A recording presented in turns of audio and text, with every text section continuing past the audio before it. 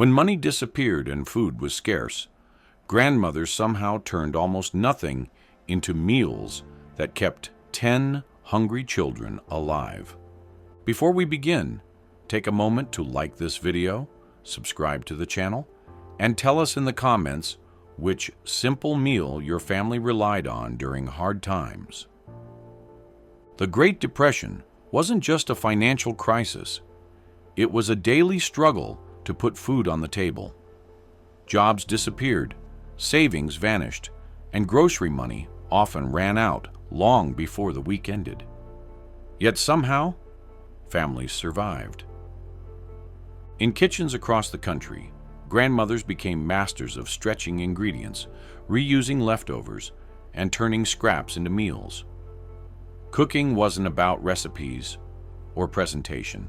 It was about survival, creativity, and making sure no child went to bed hungry. A single pot of soup might feed a family for days. A loaf of bread could become 3 different meals. Even the smallest piece of meat could flavor an entire dinner. Today, we're stepping back in time to explore 25 forgotten ways. Grandma fed 10 kids during the Great Depression. Practical kitchen wisdom born from hardship, resilience, and love. During the Great Depression, the most valuable skill in the kitchen wasn't baking or roasting. It was stretching. Every ingredient had to go further than anyone thought possible. Grandmothers learned to transform the cheapest foods available into meals that could fill 10 plates at once. Hunger was always close, but creativity kept families fed. Flour was one of the most important ingredients in the house. It could become bread, biscuits, dumplings, gravy, pancakes, or noodles, depending on what the family needed most that day.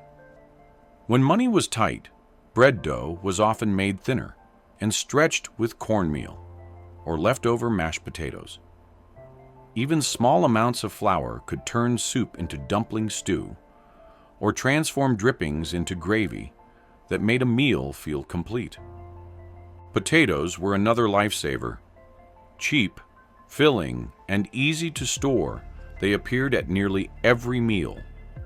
A large pot of boiled potatoes could be served whole for dinner, mashed the next day, and turned into potato cakes after that. Nothing was wasted.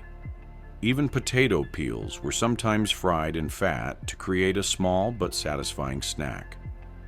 Potatoes added bulk to soups, stews, and casseroles, helping a little bit of everything feed a lot of people. Beans were the backbone of survival cooking. Dried beans cost very little, lasted for months, and expanded greatly when cooked.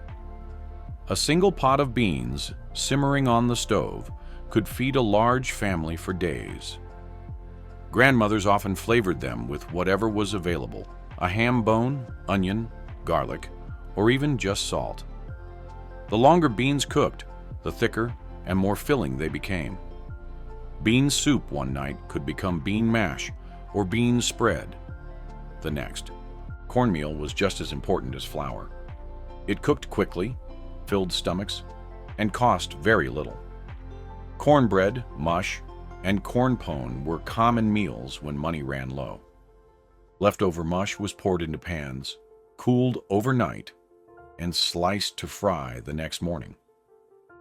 These meals were simple, but they provided enough energy to get through long days of work and school. Scraps played a bigger role than most people today would expect. Vegetable trimmings, stale bread, bones, and leftover bits of food were never thrown away. Bread crusts became stuffing or thickener for soup. Bones were boiled into broth again and again until every bit of flavor was gone. Even small portions of leftovers were combined into new dishes that tasted entirely different from the original meal. Soup was the ultimate stretching tool. A pot of soup could grow simply by adding water, grains, or vegetables. If unexpected guests arrived, or if children were especially hungry, the soup could be thinned and still feed everyone. This practice wasn't about flavor alone. It was about survival and fairness. Everyone got a bowl, even if it was smaller than they wanted. Grandmothers also mastered the art of bulk cooking. Large pots were always more efficient than small ones. Cooking once saved fuel, time, and effort.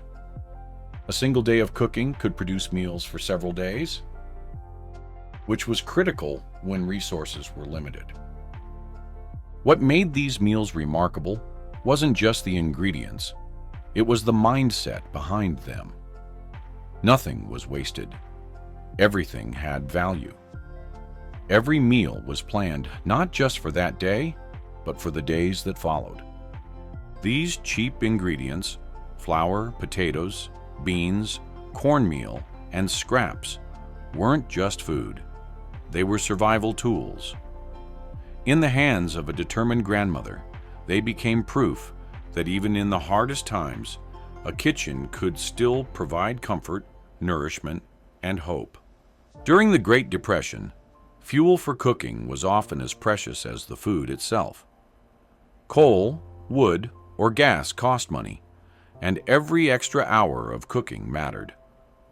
That's why grandmothers learned to cook in large batches, turning one long day in the kitchen into several days of meals. It wasn't just efficient, it was essential for survival. The kitchen often revolved around one large pot sitting on the stove. Stews were a favorite because they could grow and change over time. A stew made with vegetables and a small piece of meat on Sunday could become thicker and richer by Monday.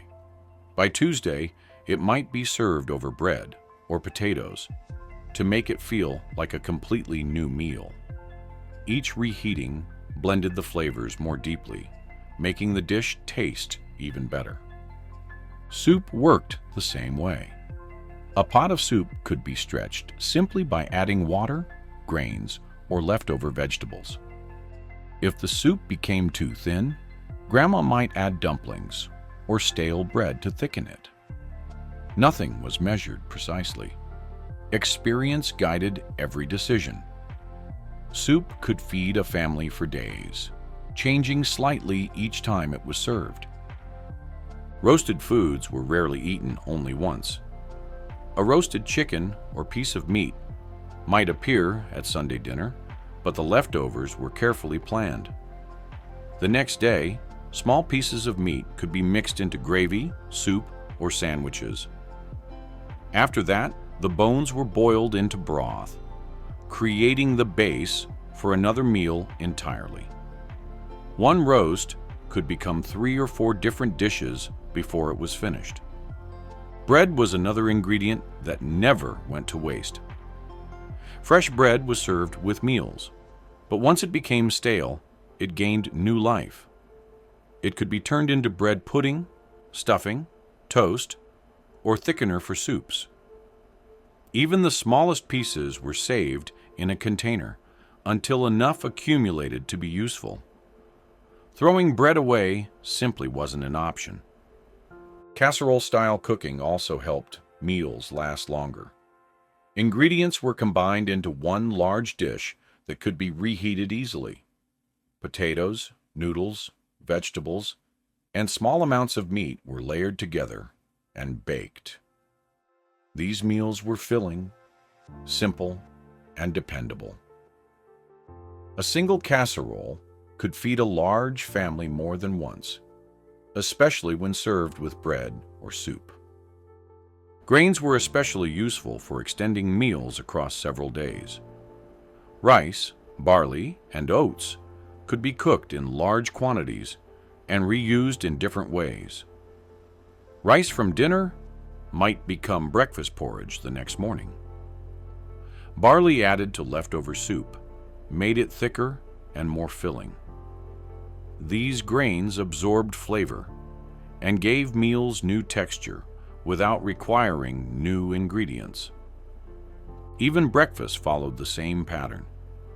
Leftovers from dinner often became the next morning's meal. Fried potatoes, reheated mush, or bread with gravy ensured nothing sat unused. Food wasn't assigned to specific meals. It was simply nourishment, served whenever it was needed. This approach to cooking required planning and patience. Grandmothers knew how long food would last, how to store it safely, and how to make it appealing again. Reheating wasn't just warming food, it was an opportunity to transform it. A meal rarely tasted the same twice.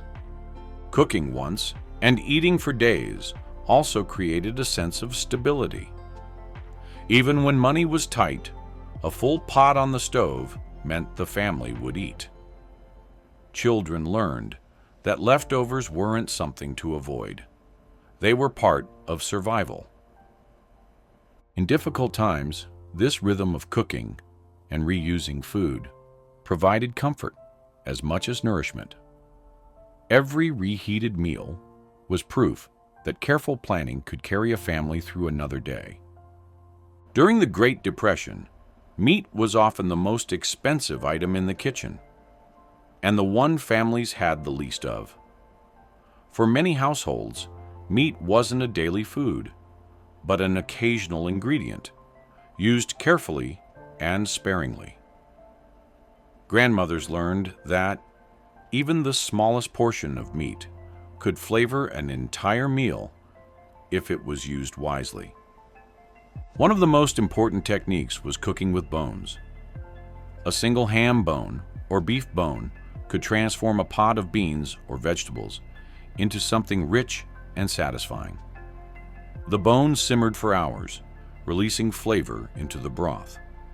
Even after the first meal, the same bone could be boiled again to make soup. Families often said the third pot of soup tasted just as good as the first. Fat was just as valuable as meat itself. Bacon grease, lard, and drippings were saved in jars near the stove and used to cook vegetables, fry potatoes, or start gravies. A spoonful of fat could turn plain cabbage, beans, or onions into a filling and flavorful meal. Nothing was wasted. Every drop of cooking fat had purpose. Small pieces of meat were rarely served alone. Instead, they were stretched across large dishes. A single piece of sausage might flavor a pot of cabbage for an entire family. A little ground meat could be mixed with breadcrumbs, oats, or mashed potatoes to create patties or meatloaf. These meals looked generous, even when the meat portion was small. Gravy became one of the most powerful tools in the kitchen. Made from drippings, flour, and water or milk, gravy added flavor, warmth, and calories. Poured over bread, potatoes, or biscuits, it made simple ingredients feel like a complete meal. For many families, gravy was served as often as meat itself. Soup was another way to stretch protein. Even tiny scraps of meat could be chopped finely and added to a large pot of vegetables and grains. As the soup simmered, the flavor spread throughout the pot. Each person might get only a small bite of meat, but the taste filled every spoonful. Organ meats also played an important role. Liver, heart, and other inexpensive cuts were more affordable than traditional roasts or steaks. They were often fried with onions or added to stews. These cuts were rich in nutrients and helped families stay strong during difficult times. Fish, when available, provided another affordable source of protein. Salted or dried fish lasted longer and could be added to soups or fried for a simple meal. Like meat, fish was often used to flavor dishes rather than serve as the main portion. Grandmothers also relied on eggs when meat was scarce. Eggs could replace meat in many meals, providing protein and energy. Scrambled eggs with potatoes, egg-based casseroles, or simple omelets helped fill hungry stomachs without requiring expensive ingredients. Perhaps the most important lesson was patience. Slow cooking allowed tough cuts of meat and bones to release every bit of flavor. Hours of simmering turned simple ingredients into rich meals that satisfied large families. Dinner still happened, even when meat was rare, because grandmothers understood something modern kitchens sometimes forget. Flavor doesn't require abundance. With careful cooking, small portions can feed many people. These creative methods turned scarcity into nourishment. Bones became broth, fat became flavor, and tiny portions of meat became meals that brought families together at the table. Proof that resilience in the kitchen could overcome even the hardest times. There were weeks during the Great Depression when stretching ingredients wasn't enough, because there were barely any ingredients left to stretch. Jobs were uncertain, money was gone, and even basic foods like flour or potatoes could run out. But grandmothers still found ways to put something on the table. Survival cooking wasn't about recipes anymore. It was about determination, creativity, and refusing to let children go to bed hungry. One of the first strategies was making something from nothing soups. When food was scarce, a pot of hot liquid could still comfort and fill empty stomachs. Water, salt, onions, and whatever scraps remained in the kitchen became a thin but warming soup. If a carrot, a handful of beans, or even a crust of bread could be added, it made the meal feel more substantial.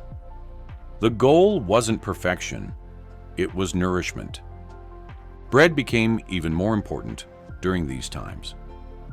When flour supplies were low, grandmothers mixed in whatever they had: cornmeal, mashed potatoes, or even ground oats. These loaves were heavier and rougher than usual, but they filled stomachs. Sometimes dough was rolled thinner, so it could feed more people. Even small biscuits were divided carefully, so everyone received a portion. Foraging also helped families survive difficult weeks. Wild greens like dandelion leaves, nettles, and lamb's quarters were collected from fields and roadsides. These plants added vitamins and bulk to meals when gardens and markets had little to offer. Berries, nuts, and edible roots were gathered whenever possible.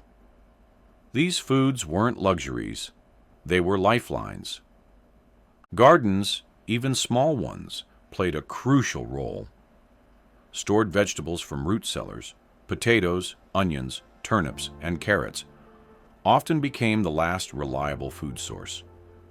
Grandmothers rationed them carefully, using just enough each day to make them last until better times arrived. Every potato mattered. Every onion was counted. Rationing became a daily practice. Portions were smaller, and meals were simpler. Adults often ate less so children could eat more. This quiet sacrifice was common in many homes. Grandmothers knew that growing bodies needed food the most, and they made sure children were fed first. Creative substitutions were also essential. When milk was unavailable, water or broth replaced it in recipes. When sugar ran out, molasses or preserved fruit provided sweetness. When butter was gone, lard or drippings took its place. Cooking became flexible, guided by necessity rather than tradition. Even cooking fuel had to be conserved. Meals were chosen based on how little fuel they required. One-pot dishes, simple boiling, and slow simmering over a small flame became common. Some foods were cooked in the morning so the remaining heat from the stove could warm the kitchen throughout the day. Despite the hardship, routines remained important. Regular meal times helped children feel secure, even when meals were small. Sitting together at the table reminded families that they were enduring the struggle together. Food wasn't just survival, it was stability. Grandmothers also understood the importance of hope. Even during the hardest weeks, they found ways to make meals feel special. A small dessert made from leftover apples, a piece of fresh bread, or a warm drink before bed could lift spirits. These small comforts reminded families that difficult times wouldn't last forever. Survival cooking during the Great Depression wasn't about skill alone. It was about resilience. It showed how resourcefulness, patience, and care could turn the smallest supplies into enough to keep a family going. And in kitchens where cupboards were nearly empty, love and determination often became the most important ingredients of all. The Great Depression tested families in ways most of us can hardly imagine today. Money was scarce, food was limited, and uncertainty was part of daily life. Yet in kitchens across the country, grandmothers found ways to keep their families fed, using ingenuity, patience, and determination. They stretched flour into bread that lasted all week. They turned bones into broth and scraps into soup. They cooked once and fed everyone for days. And when times were hardest, they relied on gardens, foraging, and careful rationing to make sure no child went to bed hungry. These weren't just cooking techniques. They were survival skills passed down through generations. They remind us that resilience often begins in the kitchen, with simple ingredients, and the willingness to make them go further than anyone thought possible. Today, we have more convenience than ever before. But the wisdom from those difficult years still matters. Knowing how to stretch a meal, use leftovers, and cook with creativity can bring both security and confidence, no matter the times we live in. If you enjoyed learning about these 25 forgotten ways, Grandma fed 10 kids during the Great Depression, don't forget to like this video, share it with someone who loves history or cooking, and subscribe for more stories of everyday wisdom from the past. Because sometimes the most powerful lessons about survival, family, and resourcefulness come from the simplest meals.